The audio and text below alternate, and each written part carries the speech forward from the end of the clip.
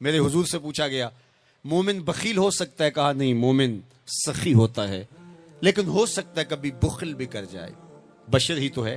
پھر پوچھا گیا مومن بزدل ہو سکتا ہے؟ کہا نہیں، بہادر ہوتا ہے، لیکن ہو سکتا ہے کبھی بزدلی بھی کر جائے۔ بلکہ ایک مقام پہ فرمایا مبخلتن مجبنتن، اولاد کے بارے فرمایا جب بندے کی اولاد ہو جاتی ہے تو دو خصلتیں آ جاتی ہیں، اولاد بخیل بھی کر دیتی ہے، اولاد بزدل بھی کر دیتی ہے۔ جب بندے کی اولاد نہیں ہوتی ہے تو اس وقت بڑا دلیر ہوتا ہے، ہر میدان میں ہاتھ ڈال لیتا ہے، اولاد کے بعد تھوڑا سوچنے لگتا ہے۔ تو میرے حضور نے فرمایا مبخلتن مجبنتن، اولاد تھوڑی سی بخل بھی پیدا کر دیتی ہے، اولاد تھوڑی سی بزدلی بھی پیدا کر دیتی ہے۔ تو پوچھا گیا مومن بزدل ہو سکتا ہے؟ کہا دلیر ہوتا ہے، لیکن ہو سکتا ہے کبھی بزدلی بھی کر جائے۔ پھر پوچھا گیا بخیل ہو سکتا ہے؟ کہا سخی ہوتا ہے، لیکن ہو سکتا ہے کبھی بخل بھی کر لے۔ تیسری بات میرے حضور سے پوچھی گئی مومن جھوٹا ہو سکتا ہے؟ فرمایا جھوٹا نہیں ہو سکتا، یہ طے شدہ بات ہے کہ مومن ہو اور جھوٹا ہو یہ نہیں ہو سکتا۔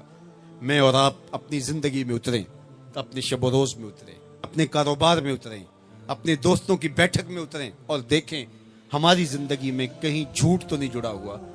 میرے حضور نے تو مومن کی شان بیان کی کہ وہ جھوٹا نہیں ہوتا، اور میرے حضور کا نمایاں وصف صادق اور امین ہے، جس کو کافر بھی مانتے تھے۔ جب آقا کریم نے کوہ صفا پہ چڑھ کے کہا میں اگر کہوں کہ پہاڑ کی دوسری جانب سے ایک لشکر آ رہا ہے جو تمہیں تاخت و تاراج کر کے رکھ دے گا تو تم میری بات مان لو گے؟ تو انہوں نے کہا نہ بھی نظر آیا تو ہم کہیں گے ہم اندھے ہیں، آپ سچے ہو۔ جو اتنا سچا، جس کی صداقت کی قسمیں کھائی جائیں، جس کی امانت کی قسمیں کھائی جائیں، ہم اس کے غلام اور اس کے امتی ہوں۔ یہ بالکل آپ کے پاس جاپان بستا ہے، ایشیائی ملک ہے، اور وہاں بچہ بھی جھوٹ نہیں بولتا۔ وہ کوئی اور گوشت پوست کے بنے ہوئے انسان ہے، نفس اور شیطان ان کے ساتھ نہیں جڑا ہوا؟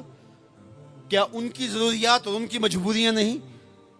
لیکن وہ جھوٹ کیوں نہیں بولتے؟ ان کی ماں نے بتایا بیٹے جھوٹ نہیں بولنا، ان کے باپ نے بتایا بیٹے جھوٹ نہیں بولنا، ان کے استاد نے اسکول میں بتایا بیٹے جھوٹ نہیں بولنا۔ اور ہم کیوں بولے؟ ہمارے نبی نے بتایا جھوٹ نہیں بولنا، ہمارے آقا نے بتایا کہ جھوٹ نہیں بولنا۔ اگر ہم آقا کے سچے غلام ہیں تو ہماری زبان سے جھوٹ نکل ہی نہیں سکتا۔ جب کوئی شخص جھوٹ بولتا ہے، حدیث پاک میں آتا ہے اس کے منہ سے بدبو نکلتی ہے، جس سے اللہ کے رحمت کے فرشتے ایک میل دور ہٹ جاتے ہیں، اور اگر وہ پھر جھوٹ بولتا ہے تو فرشتے اور پیچھے ہٹتے چلے جاتے ہیں۔ اب سویر سے لے کر شام تک جھوٹ جھوٹ اور جھوٹ، اور فرشتے کہاں کے کہاں پہنچ گئے۔ رحمت کے فرشتے تو نیڑے ہیں ہی نہیں، تو پھر کاروبار میں بھی بے برکتی ہوگی، گھر میں بھی بے برکتی ہوگی، اس دواجی زندگی میں بھی تلخیاں ہوں گی۔ پھر ہم بھاگتے ہیں عاملوں کے پاس، اس نے کہا شکر ہے تو وقت پہ آ گیا ہے ورنہ تعویذ چل جانے تھے، تیرے اوپر تو کسی نے ڈاڑے تعویذ کی ہوئے۔ او میاں وہ تعویذ جھوٹ کا ہے، وہ جادو ٹونا جھوٹ کا ہے۔ رحمت کے فرشتے دور ہٹ گئے اور ہم اندھیروں میں آ گئے۔ آؤ سچائی کو شعار زندگی بنا لو، رحمت کے فرشتے اپنے نوری پر تان دیں گے تمہارے اوپر، اور تم ایک انوار کے ماحول میں جینا سیکھ لو گے۔ میرے حضور علیہ السلام کا بتایا ہوا دین، میرے حضور کا دیا ہوا شعار حیات، میرے حضور کے دیے ہوئے انداز زندگی، وہ اختیار کر کے ہم ایک پاکیزہ ستھری طیب اور صاف زندگی گزارنے کا تصور حاصل کر کے ایک خوشگوار زندگی جینے کی کوشش کریں۔ آئیے میں اور آپ آج دیکھیں کہ ہمارے ساتھ کوئی ایسا عمل، کوئی ایسا رویہ تو نہیں جڑا جو حضور کے بتائے ہوئے طریقوں سے ہٹ کر ہے۔ آؤ اپنی زندگی کو ان کے قدموں میں ڈال دیں، ہمارا رویہ بتائے ہم حضور کے غلام ہیں، ہمارا طرز زندگی بتائے ہم حضور کے غلام ہیں، ہمارا انداز حیات بتائے ہم حضور کے غلام ہیں۔ غلامی رسول کو اپنی نس نس میں سمو لو، غلامی رسول تمہارے لباس سے دکھائی دے، غلامی رسول تمہارے رویوں سے دکھائی دے، غلامی رسول تمہارے طرز حیات سے دکھائی دے، غلامی رسول تمہارے سجدوں سے دکھائی دے، تو غلامی رسول تمہارے وعدوں سے دکھائی دے، تمہاری بولی سے غلامی رسول ٹپکتی ہو، نہ یہ کہ تم صرف زبان سے یہ کہو کہ میں غلام رسول ہوں، باقی تمہاری زندگی کا ہر تیور اس کی نفی کر رہا ہو۔ آؤ میں اور آپ آج کی اس بزم نور کے اندر یہ عہد کر کے اٹھیں کہ زندگی کی ایک ایک سانس حضور کی اطاعت میں گزاریں گے، جئیں گے تو حضور کے لیے، مریں گے تو حضور کے لیے، اور زندگی کی ایک ایک سانس حضور کے نام لگائیں گے اور ان کے لیے جئیں گے اور انہی کے لیے مریں گے۔ ام المومنین سیدہ عائشہ رضی اللہ تعالی عنہا فرماتی ہیں کہ حضور علیہ السلام یخصف نعلہ، اپنے جوتے کو پیوند خود لگا لیتے تھے، وَيَخِيطُ صَوْبَهُ، اور اپنے لباس میں کوئی پھٹن ہوتی تو اس کو خود سی لیتے تھے اور اپنی ضرورت کے کام اپنے کام خود کر لیتے تھے. وہ یحل بشاتا ہو، اپنی بکری کو خود دھو لیتے تھے اور اس کو خود باندھ دیتے تھے اور اس کے آگے چارہ بھی ڈال دیتے تھے، اور گھر کی خواتین کے ساتھ کام کاج میں بھی ان کی معاونت کروایا کرتے تھے. جو کام مردوں کے کرنے کے ہوتے ہیں تو حضور علیہ الصلوۃ والسلام مردانہ شان کے ساتھ وہ کام کرتے اور ازواج کے ساتھ جو ہے وہ ہاتھ بٹاتے. ام المومنین فرماتی ہیں گھر ہوتے تو ہمارے ساتھ کام کاج میں حضور ہماری مدد فرماتے، اور جو ہی اذان ہوتی تو حضور جلدی سے مسجد میں تشریف لے جاتے.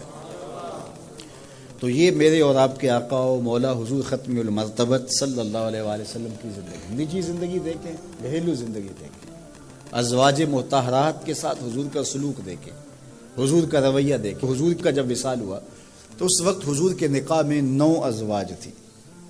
9 ازواج میں سے ایک کو بھی حضور پہ کوئی شکایت نہیں تھی. یہ بات کہہ دینا بڑا آسان ہے، لیکن عملاً بہت کم لوگوں کے ساتھ ایسا ہوتا ہے. لیکن حضور جب وصال کرتے ہیں تو 9 ازواج ہیں، ان میں سے ایک کو بھی حضور پر کوئی شکایت نہیں ہے. حضور علیہ الصلوۃ والسلام جب گھر آتے تھے تو خواتین کے مزاج کے مطابق ان کی دلجوئی کے لیے حضور گفتگو فرماتے، اور جب باہر جاتے تو جو صفہ کے چبوترے کے اوپر بیٹھ کے حضور کا انتظار کر رہے ہوتے تو ان کے سامنے علمی منہ شگافیاں اور علمی باتیں ان کے سامنے رکھتے، ان کی ضرورت کو پورا کرتے. اور مسجد سے باہر نکلتے تو آگے بچے کھیل رہے ہوتے تو حضور علیہ الصلوۃ والسلام یوں بیٹھ جاتے اور بچوں کو کہتے کہ یوں قطار میں کھڑے ہو جاؤ اور دوڑ کے آ کے میرے سینے لگو، جو سب سے پہلے لگے گا اس کو میں یہ انعام دوں گا. تو بچے دوڑ کے آ کے حضور سے لپٹتے، کوئی سینے سے لپٹ جاتا، کوئی کندھوں سے لپٹ جاتا، اور آقا کریم ان سے شفقت فرماتے. تو بچوں کے ساتھ حضور علیہ السلام کا رویہ یہ خوبصورت. بچوں کو سلام کرنے میں پہل کرتے. تو یہ میرے حضور کا دیا ہوا نظام ہے. یا کلو مع خادم، حضور نوکر کے ساتھ کھانا کھانے بیٹھ جاتے تھے. حضور علیہ الصلوۃ والسلام لوگوں کا جھوٹا بھی لے لیتے تھے. یہ حضور کا خوبصورت رویہ. تو یہ تھا حضور کی سیرت کا وہ جمال اور حضور کی سیرت کا وہ رنگ. آپ اپنے ساتھیوں کو ترجیح دیں، پہلے ان کو پیش کریں اور ان کے ساتھ بیٹھ کے کھائیں، ان کا جھوٹا لیں. مومن کے جھوٹے میں شفا رکھی گئی ہے. تو یہ مسئلہ اوروں کے لیے نہیں ہے کہ پیر صاحب کے جھوٹے میں شفا ہے، مرید صاحب کے جھوٹے میں بھی شفا ہے. جب مومن ہے، جب کلمہ حضور کا وہ بھی پڑھتا ہے تو اس کے جھوٹے میں بھی شفا ہے.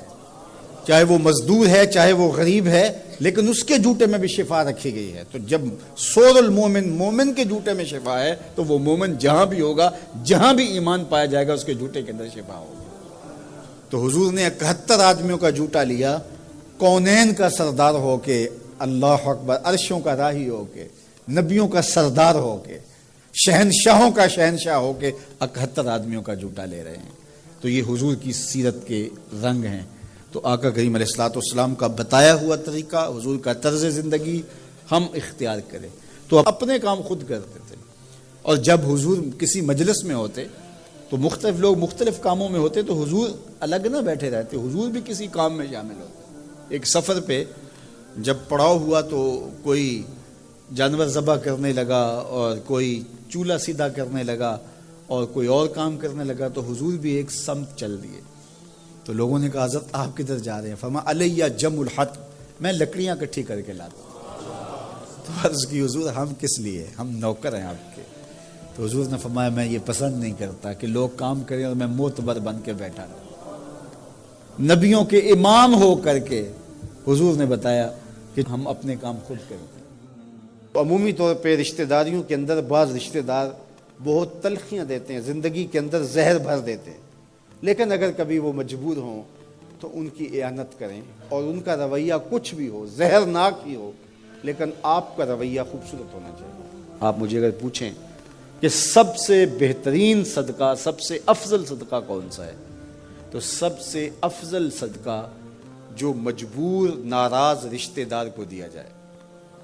جو رشتہ دار آپ کا شریک بن کے ہر جگہ پہ کھڑا ہوتا ہو، ہر خاندانی میٹنگ میں، ہر خاندانی ایونٹ میں آپ کے مخالف کھڑا ہوتا ہو، آپ کو نیچا دکھانے کی کوشش میں لگا رہتا ہو، اور کسی وجہ سے وہ کمزور پڑ جائے، مالی مشکلات میں مبتلا ہو جائے اور آپ اس کی مدد کرنے کی پوزیشن میں ہوں، تو آپ کا نفس آپ کو کبھی بھی اس کی مدد کرنے پہ آمادہ نہیں کرے گا.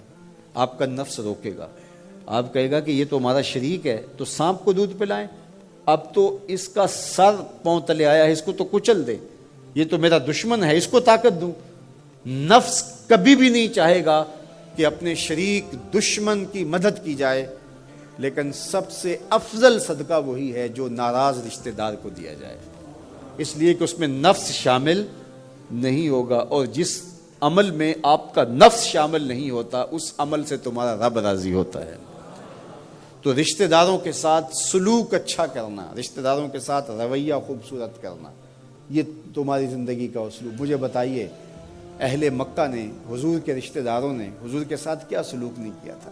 اوجریاں ڈالیں، کانٹے پھینکے، راہوں میں گڑھے کھودے، اذیتوں کے پہاڑ کھڑے کیے، اور کیا کیا مصیبتیں نہیں تھی. حضور شہر مکہ سے چلے گئے مدینہ المنورہ.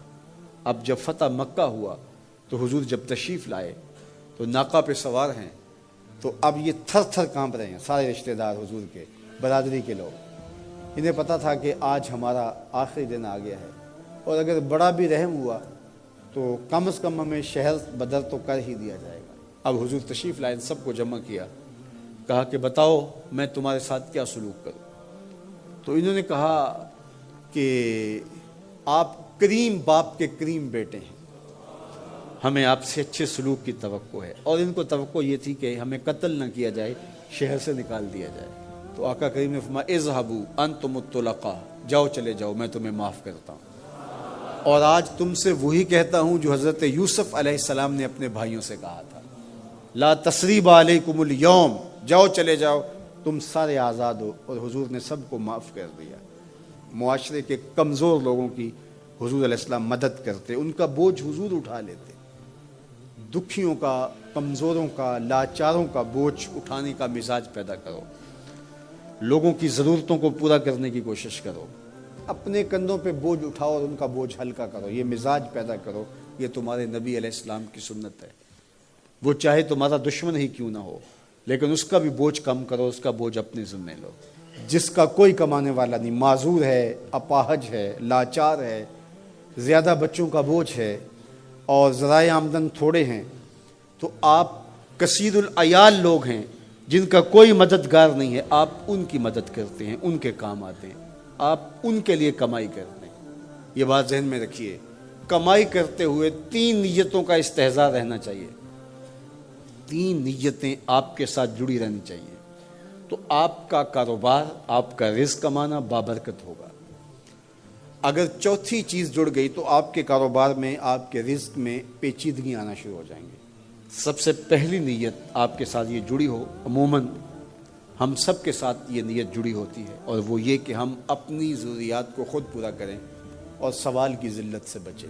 دوسرا مقصد، جو میرے زیر کفالت لوگ ہیں، وہ بچے ہیں، بیوی ہے، بوڑھے والدین ہیں، وہ چھوٹے بہن بھائی ہیں، یا جو لوگ بھی میرے زیر کفالت ہیں، ان کی ضروریات کو میں نے پورا کرنا ہے، اور اس کے لیے میں یہ رزق کما رہا ہوں. تیسرا مقصد ہمارے ساتھ جڑا ہونا چاہیے، اور جب بھی ہم کمائی کر رہے ہیں تو ہمارے ذہن میں یہ بات ہو کہ معاشرے کے وہ لوگ، وہ میری گلی میں ہیں، میرے رشتہ داروں میں ہیں، میرے محلے میں ہیں، یا کہیں اور ہیں، جن کا کوئی کمانے والا نہیں ہے اور مجبور ہیں، میں ان کی مدد کروں گا. اللہ مجھے اس کاروبار سے، اس وسیلہ رزق سے اتنا عطا کر دے کہ میں اپنے بچوں کی کفالت بھی کروں گا، اپنی ضرورت بھی پوری کروں گا، اپنے والدین کی خدمت بھی کروں گا، اور معاشرے کے ان کمزور لوگوں کی مدد بھی کروں گا. وہ کام جن کے ذرائع نہیں ہوتے آمدن کے، بلکہ اخراجات ہوتے ہیں، میں ان کاموں میں لگوں گا. مدارس دینیہ ہیں، مساجد ہیں، اور دیگر ایسے کام ہیں، میں یہ خدمت کروں گا، اس لیے میں کما رہا ہوں. تو یہ رزق بابرکت ہوگا، اور آپ بیٹھے اپنے دفتر کی کرسی پہ ہوں گے، تمہارا رب تمہارے نامہ اعمال میں ثواب لکھا رہا ہوگا، فرشتے نیکیاں لکھ رہے ہوں گے. تو یہ سراسر دین ہے، یہ سراسر اچھائی ہے، نیکی ہے، عبادت ہے. آج اگر ہم اپنے گھر میں بیٹھ کے، اپنی مسجد میں بیٹھ کے حضور کی صورت میں انعام خداوندی کا شکریہ ادا کرتے ہیں، تو اللہ کی رحمتوں سے بعید نہیں کہ اللہ فرشتوں سے کہے دیکھو صدیاں بیت گئیں، یہ آج بھی شکرانہ ادا کر رہے ہیں، اور یہ بات میری اور آپ کی بخشش کی ضمانت قرار پائے۔ تو حضور کی صورت میں جو انعام ہوا، حضرت حسان بن ثابت اکثر کہا کرتے تھے منا علینا ربنا ام بعث فینا محمدا، ہمارے رب نے ہمارے اوپر احسان کر دیا ہے کہ محمد عربی عطا کر دیے۔ ساری زندگی سجدے میں سر رکھ کے شکر ادا کرتے رہیں، حق کے شکر پھر بھی ادا نہ ہو۔ ساری زندگی ان کے گیت گائیں۔ میں ایک رات کے میلاد کا صرف قائل نہیں ہوں کہ ایک رات میلاد کر لو اور پورا سال چھٹی، ساری زندگی حضور کا نام جپو، ساری زندگی حضور پہ درود پڑھو، لمحہ لمحہ حضور کے ذکر کا چراغاں کرو۔ صرف اپنے گھروں اور اپنے بازاروں میں جھنڈیاں ہی نہ لگاؤ، بلکہ دل کے ایک ایک پرت پہ نام محمد کی جھنڈی لگاؤ۔ صرف منڈیروں پہ چراغاں ہی نہ کرو، بلکہ دل کی اندھیر گلیوں میں بھی حضور کے نام کا چراغاں کرو، حضور پہ درود پڑھو، حضور کا ذکر کرو۔ اپنے بچوں کو بٹھا کر کے حضور کے قصیدے سناؤ، حضور کی شانیں سناؤ، حضور کی سیرت بتاؤ انہیں۔ اپنے گھر کے ماحول کے اندر، اپنی مسجد میں، اپنی گلی میں، اپنے دوستوں میں حضور کا ذکر کرو۔ دوستوں آپس میں بیٹھو تو کہو یار اللہ کا کتنا کرم ہو گیا کہ اللہ نے ہمیں حضور عطا کر دیا۔ دوستوں میں بیٹھے جب یوں بات کرو گے تو اللہ کی رحمتیں کس قدر تمہارے اوپر برسیں گی۔ اپنی عقیدتوں کا اظہار کرو، وہاں کمیت نہیں دیکھی جاتی، وہاں کیفیت دیکھی جاتی ہے، وہاں مقدار نہیں دیکھی جاتی، وہاں معیار دیکھا جاتا ہے۔ وہ چہرہ اور چہرے کا تل نہیں دیکھتے، وہ بندے کا دل دیکھتے ہیں۔ وہ دیکھتے ہیں کون کس خلوص کے ساتھ محبت لے کر کے آیا ہے۔ یار چہرہ تو چمکدار تھا، اسی لیے ابو لہب کہتے ہیں نا شعلے کی طرح چمکتا ہوا، لیکن جہنم کا ایندھن بنا، اور کالے رنگ والا، ہونٹ موٹے ہیں، لیکن کعبے کی چھت میں کھڑا اذان دے رہا ہے۔ تو عقیدتوں کے رنگ اور محبتوں کے رنگ حضور علیہ السلام کے ساتھ جب کوئی پیش کرتا ہے تو رائے گانی جاتی۔ یہ وفاداروں کا در ہے، یہاں بے وفائی کا تصور ہی نہیں ہے۔ وہ ہاتھ پکڑتے ہیں تو پھر چھوڑتے نہیں ہیں، اس لیے ان سے محبت کا ربط قائم کیجیے۔ اپنی اولادوں کو حضور کا پیار سکھائیے، اپنے گھروں میں میلاد کیجیے۔ لازم نہیں ہے کسی عالم دین کو بلاؤ، آپ اپنے گھروں میں حضور علیہ السلام پر درود پڑھیے گا، بچوں کو بٹھائیے گا اور حضور کی سیرت کا کوئی واقعہ ان کو سنائیے گا۔ صحابہ اپنے بچوں کو بٹھا کر کے حضور کی سیرت بتایا کرتے تھے، حضور کا نقشہ بتایا کرتے تھے، حضور کے شمائل ذکر کیا کرتے تھے۔ اور کوئی صحابی ملتا تو تابعین جمع ہو جایا کرتے تھے اور اسے پوچھتے تھے اچھا بتاؤ حضور کی صورت کیسی تھی، زلفیں کیسی تھی۔ یہی میلاد ہے نا، میلاد میں حضور کے فضائل کا ذکر ہوتا ہے، شمائل کا ذکر ہوتا ہے، خصائل کا ذکر ہوتا ہے۔ اور موسم حج کا ہے، ایک اونچے ٹیلے پہ حضرت سیدنا ابو طفیل چڑھ گئے، یہ آخری صحابی ہیں، اس کے بعد کوئی صحابی نہیں، حضور کے وصال کے 100 سال بعد تک زندہ رہے۔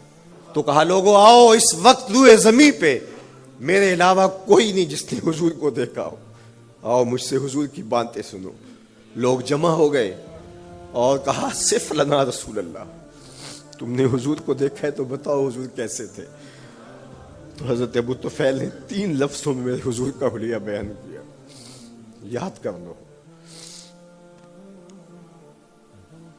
حضرت ابو طفیل نے کہا کان رسول اللہ صلی اللہ علیہ وسلم ابیض ملیحا مقصدا، ایک تو چٹے رنگ کے تھے، ایک تو حضور کا رنگ گورا تھا، دوسری بات ملیحا حضور کا حسن نمکین تھا، اور تیسرا مقصدا حضور متوازن تھے، نہ قد لمبا نہ قد پست، سوا صدر والبطن، سینہ اور پیٹ برابر، لیسا بالطویل الممغط ولا بالکثیر المتردد، نہ پست کے عجیب دکھائی دیں نہ اتنے لمبے کے عجیب لگے، بلکہ درمیانہ قد۔ لیکن اذا جامع القوم غامرہم، سن لو حضور کا قد تو درمیانہ تھا، لیکن جب لوگوں کے درمیان چلتے حضور کے کندھے لوگوں کے سروں سے اونچے دکھائی دیتے۔ یہ اللہ نے شان دی اپنے محبوب کو۔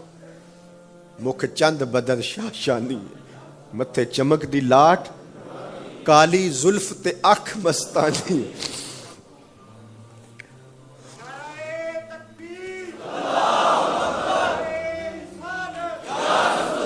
کالی زلف تے اکھ مستانی ہیں، مخمور رکھی ہیں مد بھری ہیں۔ حضور علیہ السلام کی جب آمد ہوئی رحمت عالم صلی اللہ علیہ وسلم کو جب انہوں نے دیکھا نا تو اچانک ودا کے پہاڑوں کی اوٹ سے حضور دکھائی دیے. تو سیاہ پہاڑ ہیں, تو ان سے جب حضور کا چمکتا ہوا چہرہ دکھا نا تو بے ساختہ انہوں نے کہا طلع البدر علینا, وہ دیکھو چاند چڑھ گیا ہے. طلع البدر علینا, وہ دیکھو چاند چڑھ گیا. مورخ اسلام حفیظ جالندری نقشہ کھینچتے, جنوبی سمت سے اٹھا ایک نوری غبار آخر, جنوبی سمت سے اٹھا ایک نوری غبار آخر, سواد شہر میں داخل ہوا ناکا سوار آخر. زباں پر اشرق البدر علینا کی صدائیں تھیں, دلوں میں ما دعا للہ دائی کی دعائیں تھیں. نبوت کی سواری جس طرف سے ہو کے جاتی تھی, درود و نعت کے نغمات کی آواز آتی تھی. کہیں معصوم ننھی بچیاں تھیں دف بجاتی تھی, رسول پاک کی جانب اشارے کر کے گاتی تھی, اور کہتی کیا تھی, ہم ہیں بچیاں نجار کے عالی گھرانے کی, خوشی ہے آمنہ کے لال کے تشریف لانا. جنوبی سمت سے اٹھا ایک نوری غبار آخر, سواد شہر میں داخل ہوا ناکا سوار آخر. زباں پر اشرق البدر علینا کی صدائیں تھیں, دلوں میں ما دعا للہ دائی کی دعائیں تھیں. نبوت کی سواری جس طرف سے ہو کے جاتی تھی, درود و نعت کے نغمات کی آواز آتی تھی. کہیں معصوم ننھی بچیاں تھیں دف بجاتی تھی, رسول پاک کی جانب اشارے کر کے گاتی تھی, اور کہتی کیا تھی, ہم ہیں بچیاں نجار کے عالی گھرانے کی, خوشی ہے آمنہ کے لال کے تشریف لانا. خوشی ہے آمنہ کے لال کے. عجیب رنگ بکھرے ہوئے تھے. حضور نے جب بچیوں کو دیکھا تو فرمایا تم مجھ سے محبت کرتی ہو؟ انہوں نے کہا ہم دل و جان سے آپ سے پیار کرتی ہیں. تو حضور نے فرمایا واللہ انا احبکن, اللہ کی قسم میں بھی تم سے پیار کرتا ہوں, میں بھی تم سے پیار کرتا ہوں.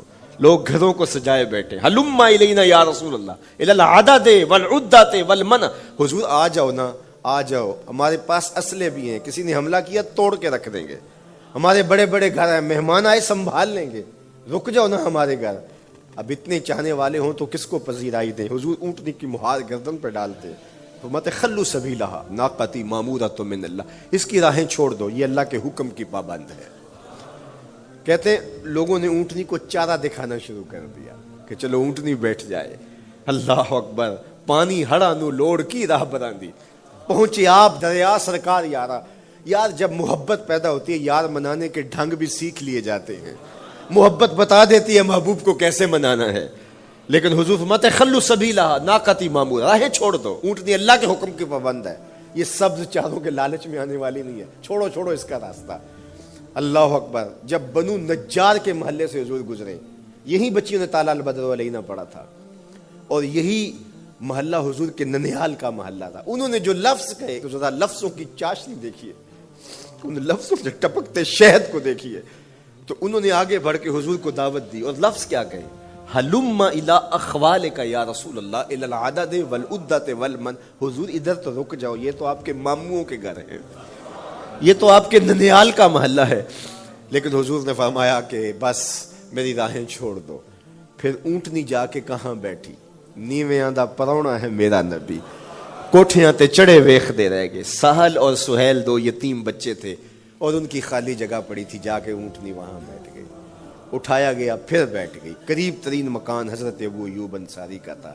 دوڑے آئے, سامان اتارنے لگے, کہا حضور اونٹنی کو اب نہ اٹھاؤ, اب تو میرے وقت جاگ پڑے. پھر ان کی کیفیت کیا تھی, امروز شاہ شاہاں مہمان شدست و مارا. امروز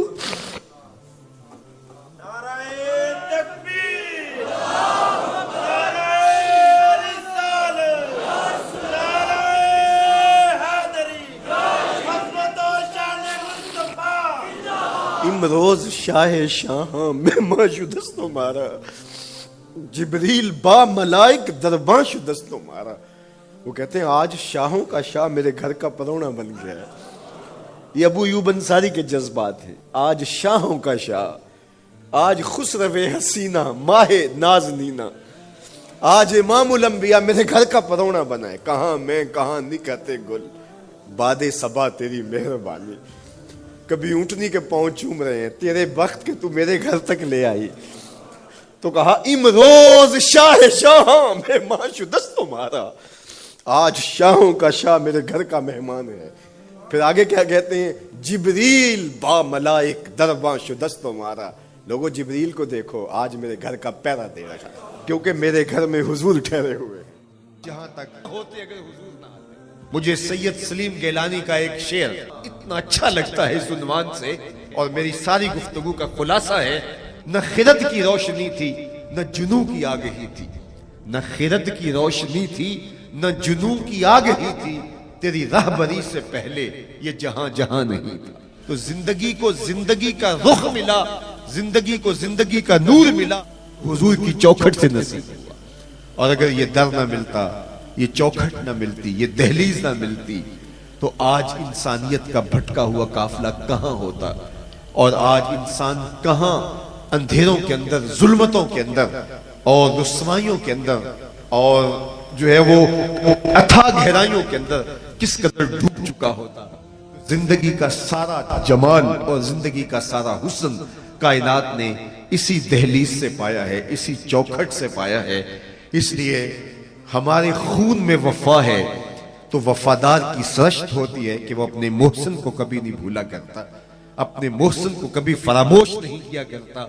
تو صاحب یہ احسان مندی اور اس کرم نوازیوں اور ان رحمتوں کے جذبات ہیں کہ ہم آج یہاں بیٹھ کر کے اپنی عقیدتیں ان کے حضور پیش کر رہے ہیں.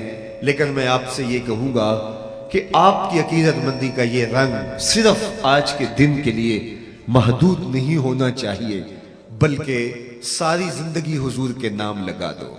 اور میں یہ بھی کہوں گا کہ صرف اپنی گلیوں پہ، اپنے بازاروں میں اور اپنے کوچوں میں جھنڈیاں لگا دینے سے ہی حق ادا نہیں ہوگا. دل کے ایک ایک پرت پہ نام محمد کی جھنڈی لگائیے.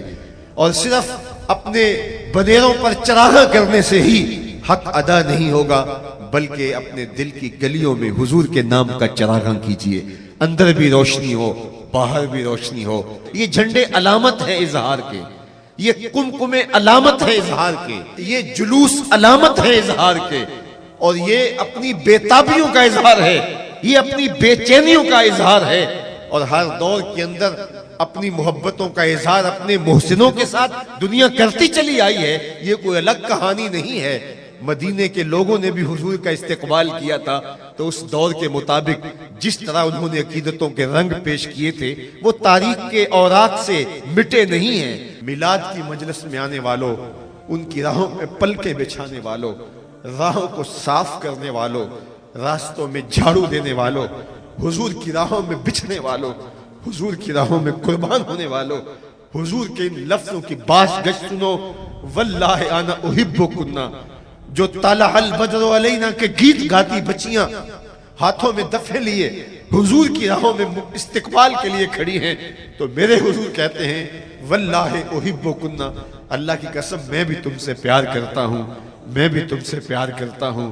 آج ہم بھی یہی آرزو لیے کشکول پھیلائے کھڑے ہیں اور آقا سے یہی عرض گزار ہیں: اے رحمت عالم، اے سرور عالم، اے سرور دو سرا، ہمیں اپنی محبتوں سے نوازیے، ہمیں اپنی کرم نوازیوں سے نوازیے، ہمیں اپنی رحمتوں سے کبھی بھی محروم نہ کیجیے. ہم آپ کی چوکھٹ کے سوالی، آپ کی دہلیز کے نوکر اور آپ کے در کے گداگر اور آپ کی چوکھٹ کے غلام آپ کی بارگاہ کے اندر سوالی بن کے کھڑے ہیں. ہم جھولیاں لے کے آپ کی دہلیز پہ کھڑے ہیں. اور آج 12 ربیع الاول کے دن میں یہاں گفتگو کر رہا ہوں اور آپ یہاں بیٹھے سن رہے ہیں، اور میں تصور میں ان پہاڑوں کے پیچھے سسکتی بیٹیوں کی چیخیں سن رہا ہوں، ان یتیم بچیوں کی آہیں سن رہا ہوں جن کے باپوں کو ان کے سامنے گولیوں سے بھون دیا گیا، اور میں ان یتیم بچوں اور بچیوں کی آہیں اور سسکیاں سن رہا ہوں. اور رحمت عالم، سرور کائنات کی بارگاہ میں آپ سارے لوگوں کی معیت کے ساتھ استغاثہ پیش کرنے آیا ہوں کہ اے رحمت عالم، اے سرور عالم، ہمارے گناہوں کی معافی ہو، ہماری خطاؤں سے درگزر فرمایا جائے. اللہ ربیع الاول کے اس مبارک مہینے کی برکتوں سے اور آج کی اس گزری ہوئی شب رحمت اور موجود جو ہے وہ یوم نور کی برکت سے تیری بارگاہ میں اتنے لوگوں کی درد سے بری ہوئی آمین کے ساتھ دعا ہے، اے اللہ کشمیر میں آزادی کا سویرا طلوع کر دے، اے اللہ انہیں آزادی کی بہاریں عطا کر دے۔ آج 100 دن سے زیادہ وہ کرفیو کے سخت پہرے کے اندر اذیت ناک زندگی بسر کر رہی ہیں، تکلیف اور اذیت کا کون سا اور نام لیا جائے جو انہوں نے سہا نہیں ہے، اور آج وہ ہماری بیٹیاں، وہ ہماری بہنیں، وہ ہمارے بھائی، وہ بوڑھی مائیں اور وہ جیلوں کے اندر ظلم اور جبر سہتے ہوئے لوگ ان پہاڑوں کے پار آج ایڑیاں اٹھا اٹھا کے پاکستان کی راہ تک کے کہہ رہے ہیں کہ ابھی پاکستان کے سپوت ہماری مدد کو پہنچیں گے، کوئی محمد بن قاسم ہماری آبرو بچانے کے لیے آئے گا، لیکن اٹھا نہ پھر کوئی رومی عجم کے لالا زاروں سے، وہی آب و گلے ایران، وہی تبریز ہے ساکی۔ اللہ ہمیں توفیق دے، ہمیں ایسی عسکری قوت، ہمیں ایسی سیاسی طاقت، ایسا معاشی جمال اور ایسا ایمانی جذبہ سب سے بڑھ کر اور حوصلہ دے کہ اللہ ہم بدر کے ان مجاہدوں کے حقیقی جانشین بن جائیں، اور تیرے محبوب کی سسکتی ہوئی امت کو صرف کشمیر میں ہی نہیں جہاں جہاں بھی ظلم سہ رہی ہے، آج میلاد کے اس یوم رحمت کے صدقے اور ان لوگوں کی دردناک آمین کے ساتھ تیری بارگاہ میں دعا ہے، اللہ پوری امت کو عروج اور باغپن عطا کر دے اور مظلوموں کی مدد فرما۔ سچا حجرا